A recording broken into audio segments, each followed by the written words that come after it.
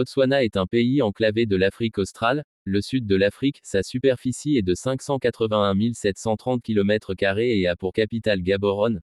Le désert du Kalahari et le delta de l'Okavango recouvrent la majorité de son territoire, et offrent aux animaux une végétation luxuriante pendant les inondations saisonnières. Il est important de noter que malgré la riche biodiversité du Botswana, de nombreuses espèces sont menacées. L'éléphant d'Afrique, le chien sauvage d'Afrique et le rhinocéros noir ne sont que quelques exemples d'espèces animales menacées dans le pays.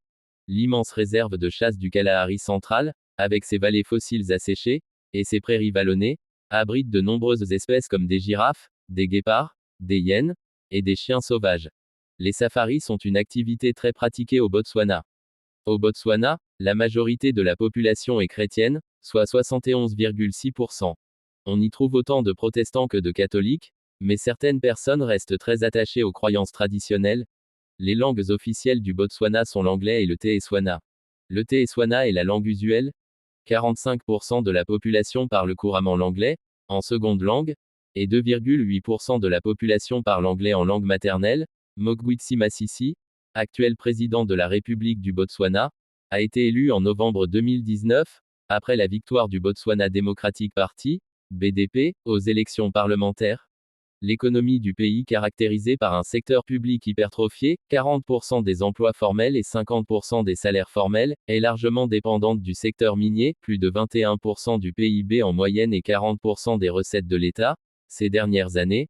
Hors 2020, la devise monétaire du Botswana est le pula. En français ça signifie qu'il pleuve, le pula, signifiant pluie, en Tswana. Code ISO, BWP, est la devise monétaire officielle du Botswana depuis 1976, ainsi un pula est égal à 44,45 francs CFA. Le Botswana adopte des coutumes, notamment la salutation. Il est indispensable de dire bonjour et au revoir à toute personne entrant ou quittant la pièce, mieux vaut donc apprendre les termes de politesse et de les utiliser sans compter. Dans les campagnes, les salutations verbales sont souvent accompagnées de claquements de mains. Si l'on vous offre un cadeau, prenez-le de la main droite en tenant votre coude droit avec la main. Merci d'avoir suivi TGDM TV, et surtout n'oubliez pas de vous abonner et de partager.